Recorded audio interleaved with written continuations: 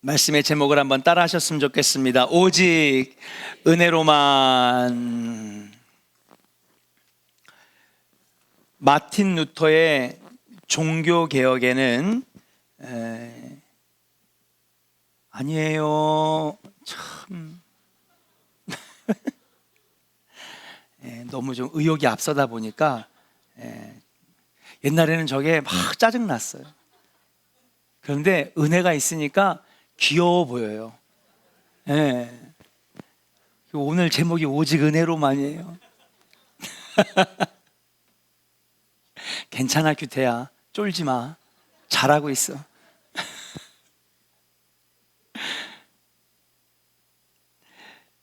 마틴 루터가 종교개혁을 하면서 내걸은 슬로건이 있습니다.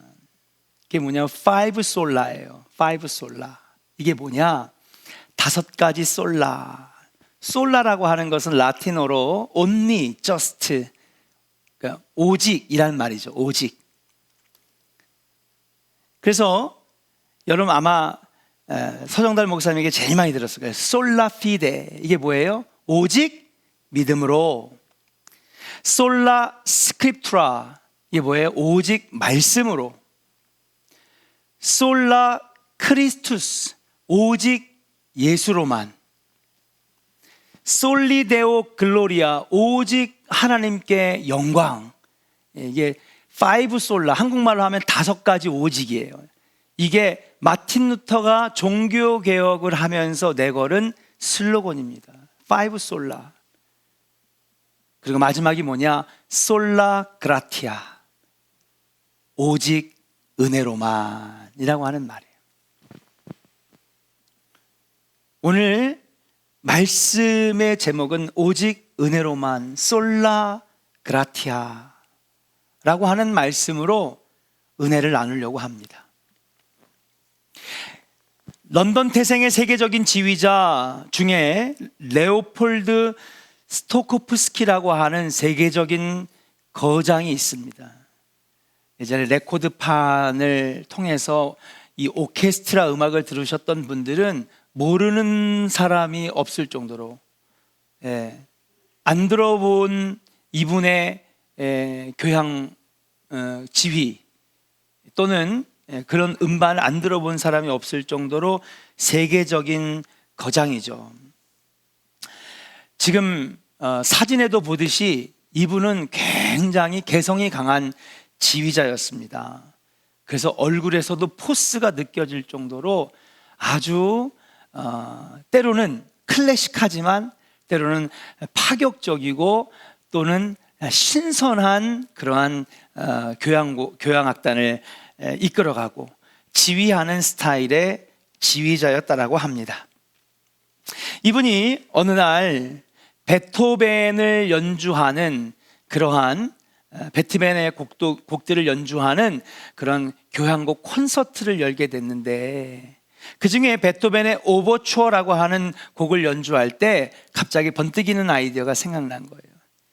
이 곡은 당연히 교향곡이 쫙 흐르다가 하이라이트가 있는데 그 하이라이트 부분은 바로 트럼펫으로 솔로를 부는 부분이라고 합니다. 굉장히 아주 트럼펫의 그런 맛을 제대로 느낄 수 있는 부분, 이 곡의 가장 하이라이트는 그 솔로 부분이라는 거예요. 독주 부분인 거죠. 그런데 이 지휘자가 이렇게 한번 해봅시다 여러분. 한 80명의 교향악단을 앞에다 놓고 우리 그러면 이 솔로를 그냥 하지 말고, 여러분 보통은 앞에 다 나와가지고 하잖아요. 그런데 이 독주 부분은 저기 저 뒤에 이 콘서트홀 뒤쪽에 문에 밖에서 기다리고 있다가 사인을 딱 보내면 그때에 트럼펫을 걸어 나오면서 불면서 탁 들어오는 게 어떻겠습니까? 지휘자가 그런 제안을 한 거예요. 와, 좋습니다, 좋습니다. 트럼펫 연주자들 중에서 넘버원 연주자가 열심히 연습을 해가지고 이제 그렇게 하기로 결정을 하고 드디어 세계적인 거장의 콘서트가 시작이 되었어요. 많은 사람들이 거장의 연주를 듣기 위해서 콘서트장으로 몰려들었습니다.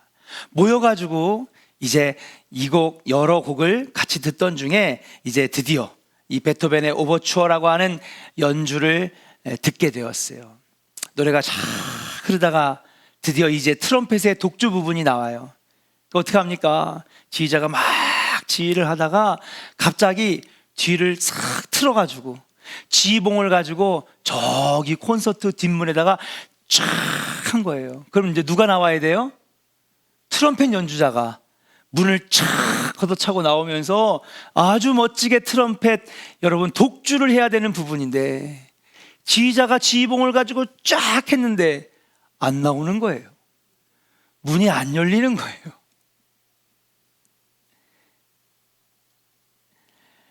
지휘자가 당황했습니다. 다시 한번 지휘봉으로 탁 했는데 이번에도 역시 문은 안 열리고 트럼펫 연주자가 오질 않는 거예요. 결국 그렇게 그 노래는 엉망이 되고 다른 노래들도 그렇게 노래가 흘러간 다음에 콘서트가 끝나게 됐어요. 도대체 어떻게 된 영문인지 그 트럼펫 연주자를 찾아가지고 그렇게 찾아갔더니 엉뚱한 사건이 일어난 거예요.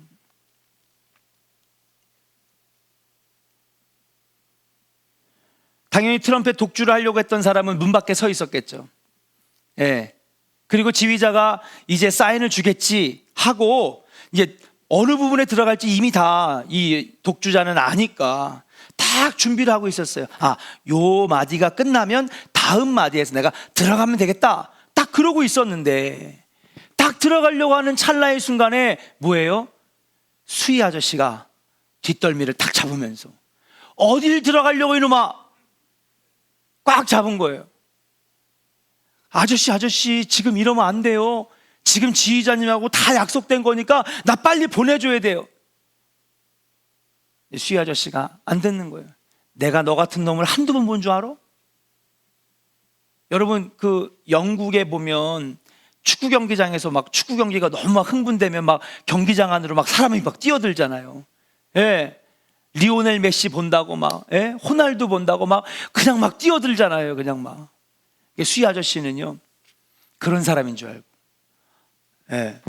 이 연주를 망치려고 하는 사람인 줄 알고 괴한인 줄 알고 여러분 이 뒷덜미를 탁 잡고 안 놔주는 거예요. 몸부림을 쳐가지고 들어가려고 하니까 이번엔 트럼펫을 잡은 거야. 이게 없으면 안 되잖아요. 연주를 못 하잖아요. 막 잡아당기고 막 끌고 막 결국 어떻게 됐어요? 거기 연주 부분을 들어가야 되는 데서 못 들어가고 그냥 그 노래는 엉망이 되고 말았다는 사실이에요. 수희 아저씨는 어림도 없다니요마 내가 이런 곳에서 나팔을 불도록 내버려둘 것 같으냐? 어떤 사람인데 저분의 귀한 연주를 너 따위 놈이 망칠 수 없다고 막 뒷덜미를 잡고 목덜미를 잡고 트럼펫을 놓고 안 놔주고 최선을 다해서 이 사람을 막았었어요. 하지만 자신이 지금 어떤 잘못을 하고 있는지 몰랐기 때문에 연주에는 결국 엉망이 되었다라고 하는 사실이에요. 2000년 전에 이 수희와 같이 비슷한 일을 했던 사람이 한 명 있습니다. 그의 이름은 바로 사울입니다. 자신이 하는 일이 맞다고 생각하고 실행했던 수희가 콘서트를 망쳐놓은 것처럼 사울은요 하나님의 율법을 모독하는 교회를 박해하는 것이 옳은 일이라고 생각했어요. 이게 정말 바른 일이라고 생각했어요. 예수를 따르는 사람, 예수를 믿는 사람들을 잡아 죽이는 것이 이게 옳은 일이라고 생각했어요. 이것이 정말 바른 일이라고 생각했기 때문에 목숨을 걸고 최선을 다해서 자신의 본분을 다한 거예요. 그는 아마 이렇게 생각했을 거예요. 예수 믿는 사람 다 죽여야 돼. 부활을 증거하는 사람, 교회를 세우고 전도하는 사람 잡아다가 다 옥에다 가둬야 돼. 이게 바로 하나님께 영광 돌리는 일이야. 아마 사울은 그렇게 생각했을 것입니다. 사도 바울이 그 일을 얼마나 중요하게 여겼는지 오늘 본문 1, 2절을 보면 나오는데요, 우리 다 같이 한번 같이 읽어보도록 하겠습니다. 사도행전 9장 1절과 2절입니다. 함께 읽겠습니다. 시작. 사울이 주의 제자들에 대하여 여전히 위협과 살기가 등등하여 대제사장에게 가서 다메섹 여러 회당에 가져갈 공문을 청하니 이는 만일 그 돌을 따르는 사람을 만나면 남녀를 막론하고 결박하여 예루살렘으로 잡아오려 함이라. 아멘. 여전히 위협과 살기가 등등하여서 대제사장 앞에 달려간 겁니다. 제사장님, 대제사장님, 나에게 공문을 써주십시오. 여기서 말하는 공문은 뭐냐면 퍼미션이에요. 어떤 퍼미션이냐? 허가증이죠. 예. 바로 예루살렘에서부터 다메섹까지 갈 수 있도록. 가는 길에 그냥 가는 것이 아니라 예수 믿는 사람 만나면 잡아다가 죽이고 오게 가두는 퍼미션. 다메섹까지 가서도, 다른 지역에 가서도, 해외의 원정을 가서라도 예수 믿는 사람들을 잡아다 죽일 수 있는 퍼미션을 구하려고 하는 것. 이게 바로 여기 나오는 공문이 바로 허가증이라고 하는 사실이에요. 예루살렘에서 다메섹까지 얼마나 거리가 떨어져 있는지 인터넷을 찾아보니까 약 거리로는 354km예요. 그리고 차로는 5시간. 당시의 교통수단으로는 일주일이 걸렸는데 어디 일주일만 걸렸겠습니까? 가는 곳곳마다 들려서 예수 믿는 사람들을 다 잡아다가 죽이거나 아니면 옥에 가두거나.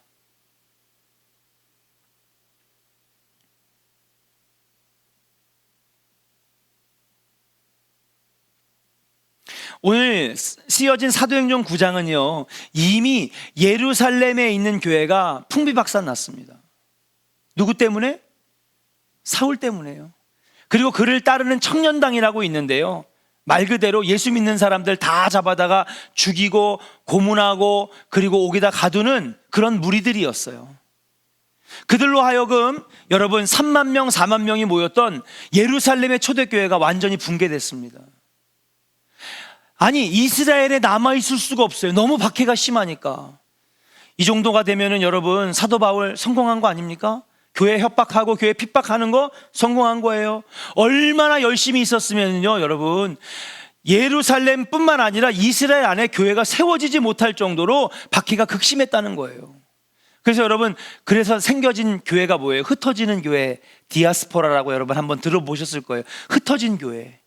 신앙의 자유를 찾아서 에티오피아로, 이집트로, 소아시아로, 다마스커스로, 필리포로, 심지어는 로마까지 여러분 이민을 가서라도 예수 믿는 신앙을 지키기 위해서 수많은 크리스찬들이 뿔뿔이 흩어진 거, 이걸 가지고 우리는 디아스포라라고 하는데, 흩어진 교회. 자, 그러니까 이제 더 이상 국내에는요 예수 믿는 사람들 찾아볼 수가 없어. 그러니까 사도 바울이요 이번에 눈을 어디로 돌려요? 해외로 돌리는 거예요. 여러분, 교회를 무너뜨리고 교회를 핍박하고 예수 믿는 사람들을 잡아 죽이고 옥에 가두는 거, 여러분 얼마나 열심히 있길래 이렇게까지 합니까? 이거는요 그냥 열심과 열정이 있다고 하는 게 아니라, 이 정도가 되면요 사도 바울은 이 정도면 이건 신념이고요 신앙이에요. 목숨을 걸어서라도 완수해야 될 사명이라고 하는 것이죠. 예수 믿는 사람 다 죽여야 돼. 그래서 국경 밖에서도 그 싹이 보이면 쫓아가서라도 그 뿌리를 뽑아야 되는 지금 상황이 바로 사울의 마음 상태라고 하는 사실이에요. 마치 콘서트장 입구의 수위처럼 자신의 일이 무조건 진리라고 옳은 일이라고 믿었던 것처럼 사도 바울은 지금 그렇게 이것이 옳은 일이야, 이것이 바른 일이야, 예수 믿는 사람 잡아다 죽이고 그리고 교회를 무너뜨려야 되는 거야 라고 지금 생각하고 있다라고 하는 사실이에요. 자, 우리가 이건 잘 알아요. 자, 그런데 그렇게 다마섹까지 가가지고 몇백 킬로나 되는 데까지 가서도 예수 믿는 사람들을 죽이려고 했던, 해외 원정을 가서라도 이렇게 하려고 했던 이 사울이 다메섹으로 가는 도중에 180도 변화가 되었다라고 하는 사실이에요. 이것을 우리는 회심이라고 부릅니다. 따라합시다. 바울의 회심 사건. 네, 회심이에요. 영어로 하면 컨버전이라고 하는데, 이게 뭐냐 하면 180도 돌아섰다, 완전히 돌아섰다라고 하는 말이에요. 완전히 변화되었다라고 하는 뜻이 바로 회심입니다. 그 얘기는 뭐냐면요 사울이 완전히 변해버린 거예요. 완전히 변화한 거예요. 존 스토트 목사님은 자신의 저서에서 바울의 회심 사건은 2000년의 기독교 역사상 가장 유명한 회심 사건이라고 말을 하고 있어요. 사랑하는 존의 성도 여러분, 저와 여러분들은 회심한 사람입니다. 아멘입니까? 아멘을 못 하시는 분들이 없기를 주의 이름으로 축복합니다. 난 회심한 적이 없는데 180도 변한 적도 없고, 네. 난 완전히 뒤돌아선 적도 없고, 난 아직도 세상이 좋은데.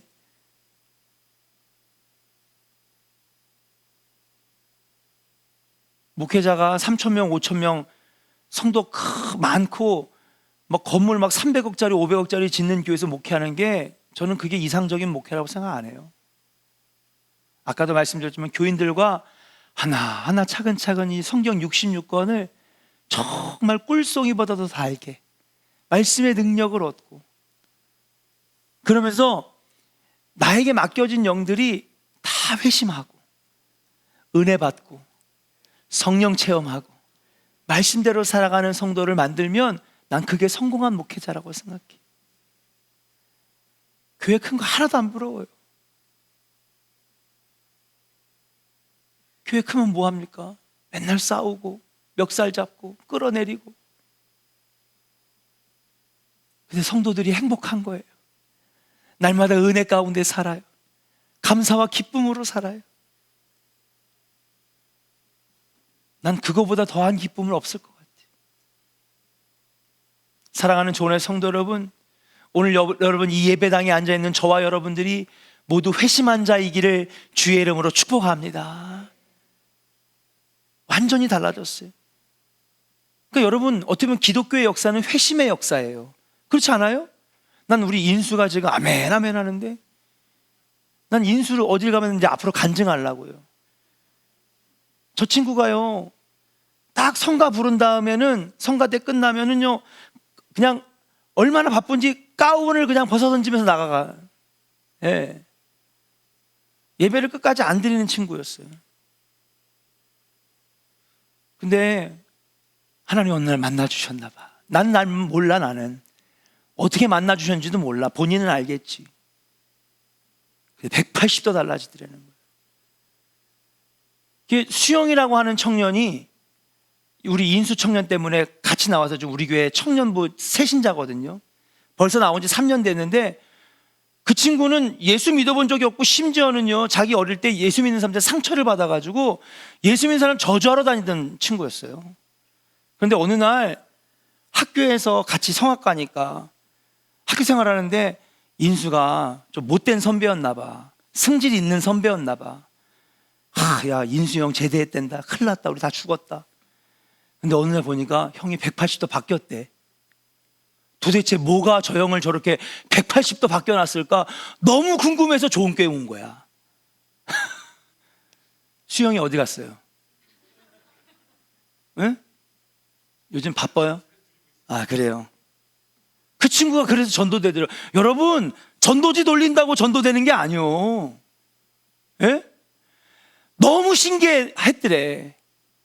아니, 도대체 무슨 일이 있었길래 저 승질 사납고 저 형이 저렇게 180도 바뀌어? 도대체 교회에서 무슨 일이 일어난 거야? 너무 궁금해가지고 교회 나왔다니까요. 저 형 보려고. 그래가지고 선거대에서 그 수영이도 솔리스트 하고 있더라고요. 얼마나 목소리가 멋있는지. 물론 우리 지휘자님이 제일 멋있지만은. 예? 전도는 그렇게 하는 거예요. 할렐루야. 전도지 돌린다고 전도 안 돼요, 요즘.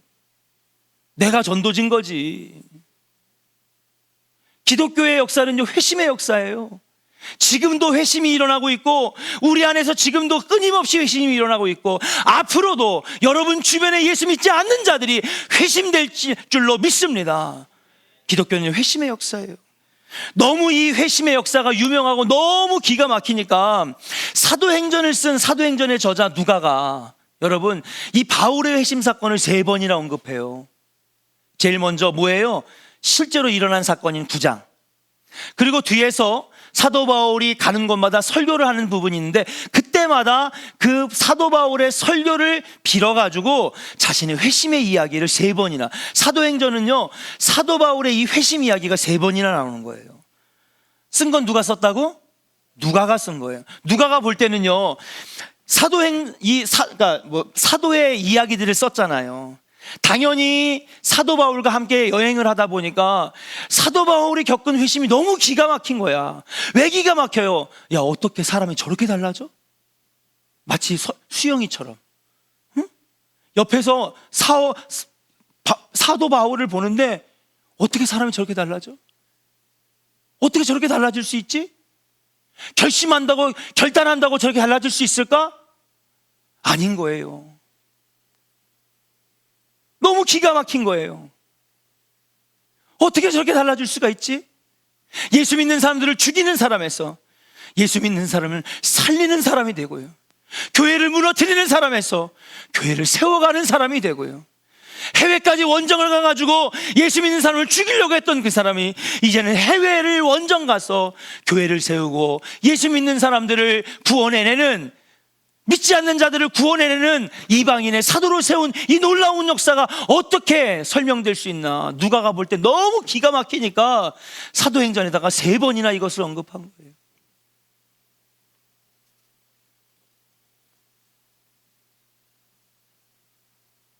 어떻게 저렇게 될 수 있을까?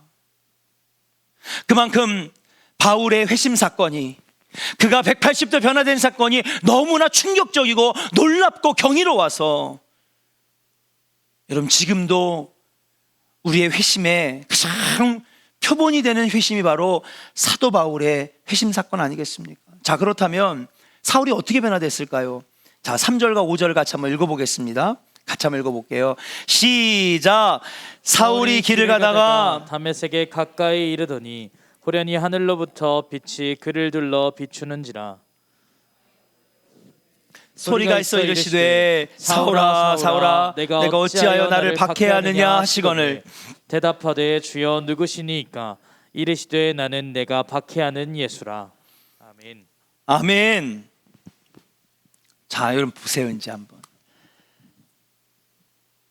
그래, 내가 달라져야지, 새해 들었으니까 달라져야지. 야, 주머니에 있던 이거 담배 이거 그냥 다 찢어 발겨가지고 그냥 쓰레기 다 버려. 냉장고에 몰래 꽁꽁 숨겨놨던 소주 다 까가지고 변기에 다 갖다 싹 쏟아 버려. 나 이제부터 정직하게 살 거야. 결심하고 결단한다고 여러분 이렇게 180도 바뀔 수 있을까요? 안 돼요. 이거는 내 노력으로 결심하고 결단한다고 변화될 수 있는 게 아니에요. 그 이상의 무언가가 있는 것이지. 그리고 그 답은 3절과 5절에 나옵니다. 사울이 회심하고 변화될 수 있었던 유일한 이유는 뭘까? 오늘 3절에 보니까 호련히 하늘로부터 빛이 그에게 둘러 비치는지라. 땅에 엎드려져 들음에 소리가 있어 가로되 사울아 사울아 내가 어찌하여 나를 핍박하느냐. 누가 찾아오신 거예요? 예수님이 찾아오신 거예요. 예수님이 은혜의 빛을 비춰주시면서 사도 바울에게 찾아올 때에 그때부터 회심의 사건이 시작이 되었는 줄로 믿습니다. 그리고 며칠 동안에 눈이 보이지 아니하고 눈에 있는 비닐이 벗겨지면서 그가 완전히 회심하는 놀라운 사건의 여정까지, 여러분 그가 한 일이 뭐가 있을까요? 사울이 회심하기 위해서 한 일이 뭐가 있을까요? 사울이 구원받기 위해서 한 일이 뭐가 있어요? 변영원 집사님, 사울이 한 게 뭐가 있어요? 구원받기 위해서 하나도 없죠. 아무것도 없어요. 여러분, 사울은 자신이 구원받기 위해 아무것도 한 일이 없어요. 고작 한 일이라고는 교회를 박해하고 예수 믿는 사람들을 죽이고, 심지어 그것도 성에 못 차가지고 해외까지 원정을 가서라도 죽이려고 했던 그거밖에 없는 거예요. 그가 구원받기 위해서, 회심하기 위해서, 하늘나라 가기 위해서 한 일은 아무것도 없어요. 자기 자신도 그러잖아요. 난 예전에 죄인 중에 괴수였다고. 예? 이런 바울을 예수님이 얼마나 미워하셨을까? 내가 만약에 예수님이라면요, 야 이놈아, 이 못난 놈아, 왜 이렇게 나를 박해하느냐? 난 네가 미워. 아마 이랬을 거예요. 근데 이런 바울을 구원하기 위해서 부활하신 예수님이 직접 사도 바울 앞에 나타나셔서 은혜의 빛을 비춰주시는 거예요. 그래서 사울이 구원받는 것은 나중에 뭐라고 고백하느냐? 내가 구원받은 것은 하나님의 은혜가 아니고서는 설명할 길이 없다는 거예요. 사랑하는 조은혜 성도 여러분, 우리가 예수 믿는 것 같아요? 야, 교회 되게 많은데, 야, 좋은 교회인데, 야, 좋은 교회 내가 나가주지 뭐, 까짓 거. 내가 예수 믿으면 되지 뭐. 이건 내가 믿는 거지. 내가 열심히 노력하면 구원도 받고 복도 받는 거지. 여러분, 기독교는요, 세상의 종교하고는 결이 달라요. 근본이 달라요. 우리의 의지로 여기 와 있는 게 아니에요. 지금의 나인 것은, 지금 이렇게 구원받은 백성이 된 것은 정말 부족하고 죄인인 제가 이 자리에 서서 설교하고 목회자로 서 있을 수 있는 단 한 가지 이유는 오직 하나님의 은혜가 아니고서는 설명할 길이 없는 줄로 믿습니다. 누가가 보니까요, 너무 기가 막힌 거예요. 사람을 죽이는 사람이 어떻게 사람을 살리는 사람이 돼? 교회를 무너뜨리는 사람이 어떻게 교회를 세우는 사람이 돼? 어떻게 저렇게 달라질 수 있지? 결심한다고 되는 것도 아니에요. 결단한다고 되는 것도 아니에요. 뭔가 새로운 변화를 추구하려고 배운다고 되는 것도 아니에요. 사울이 저렇게 변화될 수 있었던 것은 오직 하나님의 은혜가 아니고서는 설명할 길이 없다는 거예요. 우리도 마찬가지입니다. 우리가 예수 믿는 것 같아요? 아닙니다. 주님의 은혜가 있기 때문에 그 은혜로 말미암아 여러분들이 이 자리에서 예수 믿고 예배하고 좋은 교회 성도가 되고 하나님 나라의 백성이 되었는 줄로 믿습니다. 따라합시다. 오직 은혜로만, 오직 은혜로만. 내가 선택한 게 아니에요. 내가 교회 좀 나가주지, 아유 직분 집사 맡기시면 내가 할게, 여러분 아니에요. 아니면 내가 되게 잘나가지고 내가 뭔가 자격이 있어서 그래서 하나님 날 뽑으셨나 보다, 77억 인구 중에 그렇게 나를 세우셨나 보다. 아니요, 자격이 있어서 뽑으신 게 아니에요. 그냥 하나님 사랑하시기 때문에 여러분들을 이 자리로 인도해 주셨는 줄로 믿습니다. 그 고린도전서 5장 10절에 보면 사도 바울이 자신에 대해 돌아보면서 이렇게 고백하고 있어요. 분명한 고백이에요. 같이 한번 읽어보겠습니다. 스크린을 보면서 읽겠습니다. 여러분 선포하는 거예요. 시작. 그러나 내가 나 된 것은 하나님의 은혜로 된 것이니 내게 주신 그의 은혜가 헛되지 아니하여 내가 모든 사도보다 더 많이 수고하였으나 내가 한 것이 아니요 오직 나와 함께 하신 하나님의 은혜로다. 하나님의 뭐라고요? 은혜로다. 예, 지금의 나 된 것은 하나님의 은혜라는 거예요. 내게 주신 모든 능력도 하나님 주신 것이고요, 내가 이렇게 할 수 있는 것도 하나님의 은혜로 하는 거예요. 성가대도 하나님의 은혜로 하는 거예요. 교사도 하나님의 은혜로 하는 거예요. 목회도 하나님의 은혜로 하는 거예요. 가정을 끌고 가는 것도 하나님의 은혜로 하는 거예요. 내가 하는 게 아니에요. 내가 하는 게 아니에요.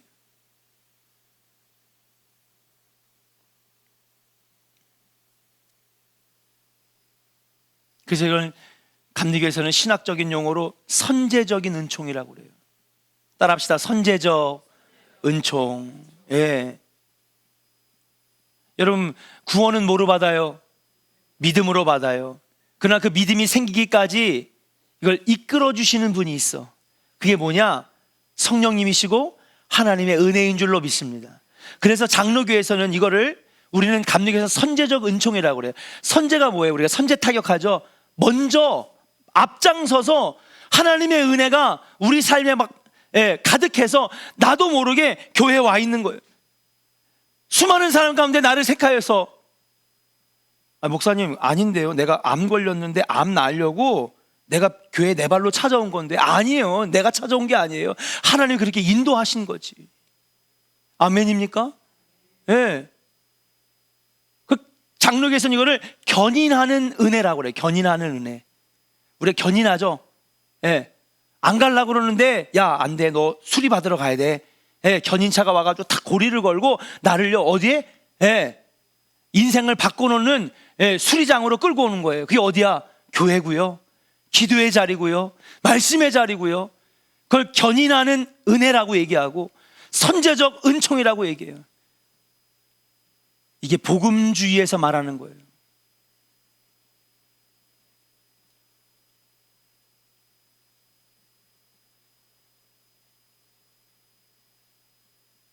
사랑하는 교회 성도 여러분, 너무 중요한 거예요. 이 말씀은 여러분 꼭 고개를 들고 저를 보면서 한번 들으셨으면 좋겠어요. 그래서 신앙생활은요, 살아가는 게 아니에요. 애쓴다고 되는 게 아니에요. 나 열심히 노력해야지, 말씀대로 살아야지, 장로 주셨으니까, 권사 주셨으니까, 집사 주셨으니까 직분 감당해야지, 노력한다고 되는 게 아니에요. 노력하면 노력할수록, 결단하면 결단할수록 우리에게 남는 게 뭔지 알아요? 산상수훈 때 여러분과 나눴던 말씀이에요. 93명이 들으셨어요. 저는 우리 온 교인 다 들었으면 좋겠어요.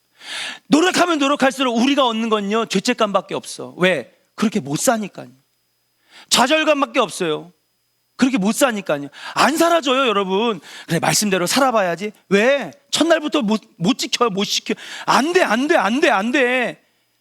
안 되는 거예요. 말씀대로 못 살겠는 거예요. 안 사라져요, 안 사라져. 그러니까 생기는 게 뭐예요? 죄책감, 창피함, 수치심, 좌절감. 안 되는 거예요. 신은 말씀대로 못 사라져요. 그러니까 뭐 하느냐? 타협하는 거예요, 하나님과. 하나님, 내가 그래도 이 정도면 나 열심히 하는 거 아니에요? 그래서 주님과 딱 타협할게요. 딱 여기까지는 내가 하지만 이 이상은 나 안 돼요. 이게 난 최선이거든요. 왜 그런지 알아요? 신앙생활을 내가 하려고 하니까 안 되는 거예요. 안 되는 거예요. 신앙생활은요, 살아가는 것이 아니라 사라지는 거예요. 따라합시다. 신앙생활은, 믿음생활은 살아가는 것이 아니라 사라지는 겁니다. 사라지는 거예요. 어떻게 이 신앙생활, 이 믿음생활을 어떻게 되느냐? 오직 하나님의 은혜가 흐를 때에 이 신앙생활과 믿음생활이 사라지는 줄로 믿습니다.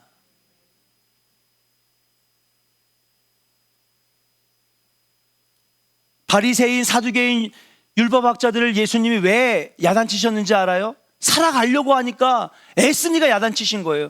야, 그게 사라진다고 사라지고, 십계명을 지키려고 한다고 지켜줘? 주일 성수? 예물 철저하게 드릴 수 있어? 여기 있는 대로 선하고 착하게 그렇게 살 수 있어? 살 수 있어? 안 되는 거예요. 그러니까 뭐예요? 사람들 보는 데서만 지키는 척하고, 그러니까 독사의 자식들아, 외식하는 자들이여, 형식적인 자들이라, 경건의 모양은 있거나 경건의 능력을 잃어버린 자들이여. 예수님만 야단치시잖아요. 우리가 그렇게 살아가는 거예요, 지금. 근데 신앙생활을요, 할 수 있는 방법이 있어요. 어떻게 해요?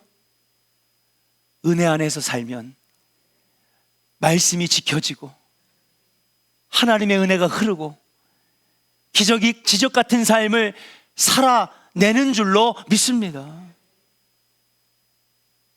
그래서 수많은 종교개혁자들, 마틴 루터뿐만 아니라 칼빈이라든지, 사도 바울도 마찬가지로, 예수님의 복음은 뭐냐? 오직 하나님의 은혜가 있어야 된다는 사실이에요.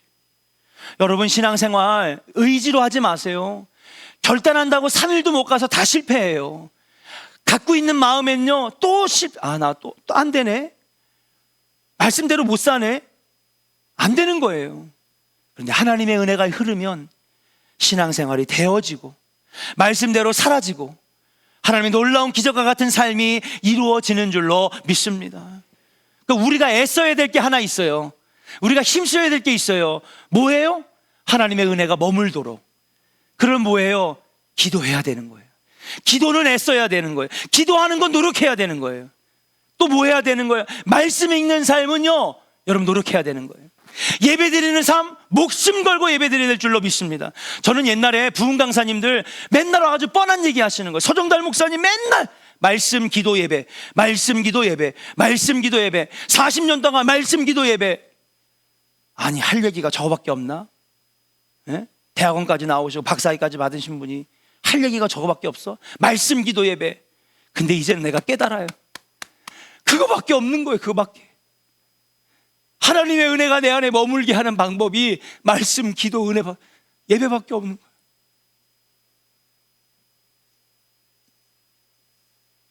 하나님의 은혜가 흐르고 내 안에 성령이 충만하면 말씀의 삶이 사라지는 줄로 믿습니다. 말씀의 삶이 사라지니까 여기저기서 복이 일어나고요, 축복의 문이 열려지고요, 기적과 같은 삶이 벌어지게 되는 거예요. 여러분, 신앙생활을 내 힘으로 하지 마세요.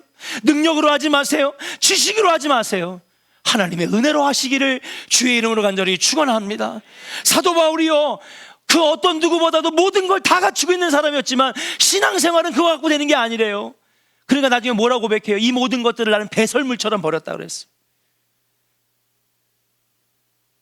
그리고 오직 하나님의 은혜만 구하는 하나님의 사도가 되었는 줄로 믿습니다. 사랑하는 종의 성도 여러분, 사람이 돌이켜서 변화될 수 있는 단 한 가지 방법이 있다면, 사람이 180도 변할 수 있는 단 한 가지 방법이 있다면, 그것은 오직 하나님의 은혜가 임하는 것뿐인 줄로 믿습니다. 은혜가 아니고서는 지금의 바울이 없었을 것이라고 하는 고린도전서 5장 10절의 고백처럼 우리가 달라질 수 있는 이유, 우리가 변화될 수 있는 이유, 우리 삶이 180도 달라질 수 있는 이유, 내 신앙생활이 완전히 하나부터 열까지 싹 바뀔 수 있는 단 한 가지 방법은 뭐냐? 오직 하나님의 은혜가 흐르게 하는 거예요. 새해는 달라지고 싶으십니까? 뭔가 새로운 변화의 신앙생활을 하고 싶으십니까?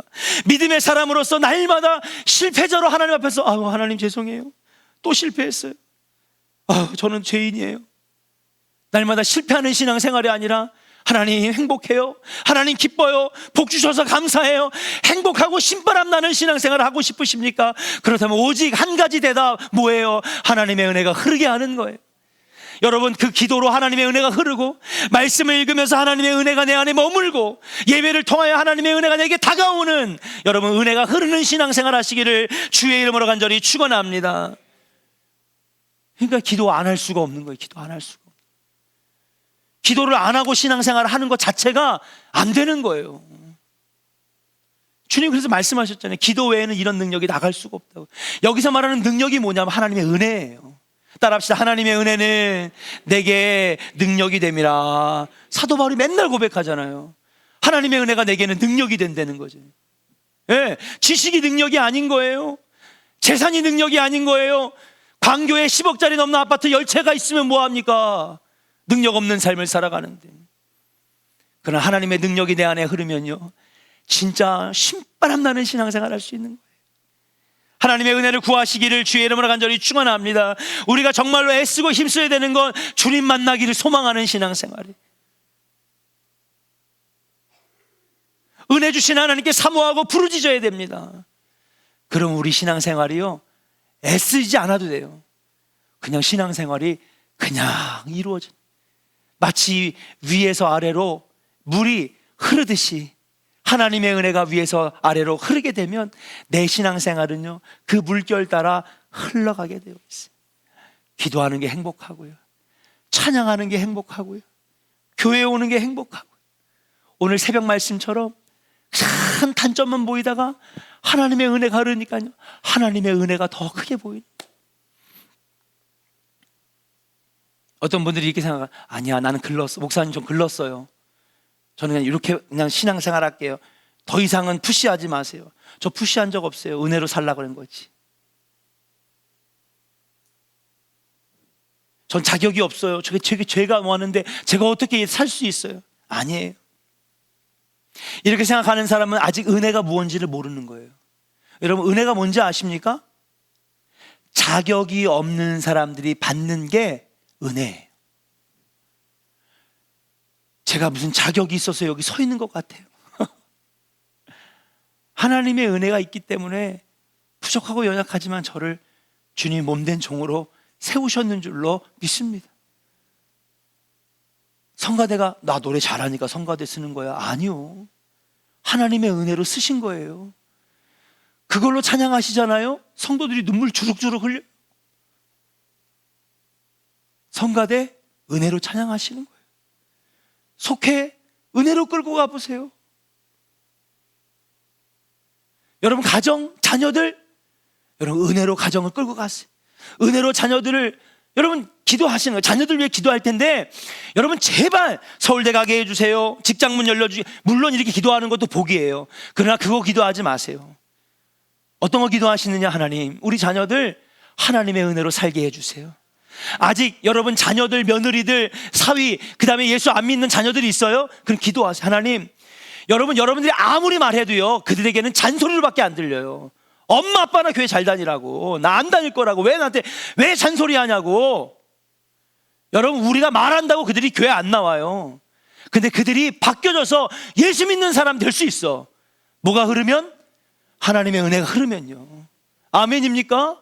그리고 우리가 할 건 뭐냐면요, 하나님, 우리 예수 믿지 않는 사위, 우리 예수 믿지 않는 며느리, 우리 아들, 딸들, 예전엔 교회 다전에 안 나온 아들, 하나님, 하나님의 은혜가 흐르게 하여 주시옵소서. 하나님, 우리 아들, 하나님의 은혜가 흐르게 하여 주시옵소서. 기도를 안 할 수가 없는 거예요. 그렇게 기도하면 하나님의 은혜가 흐르고 성령이 감동되어서 그들의 굳어진 마음이, 딱딱한 마음이 부드러워지고 그들이 하나님 전으로 달려나오는 놀라운 역사가 일어나게 되는 것인 줄로 믿습니다. 사랑하는 여러분, 2022년 새 한 해가 시작됐습니다. 올 한해 우리의 기도 제목은 무조건 하나님의 은혜입니다. 하나님의 은혜로 살고, 하나님의 은혜로 예배하고, 하나님의 은혜로 자녀를 가르치고, 하나님의 은혜로 여러분 가정을 만들어 가셔서 올 한해는 정말 하나님의 놀라운 복을 많이 누리는 우리 은혜 충만한 성도들 다 되시기를 주의 이름으로 간절히 축원합니다. 우리 옆 사람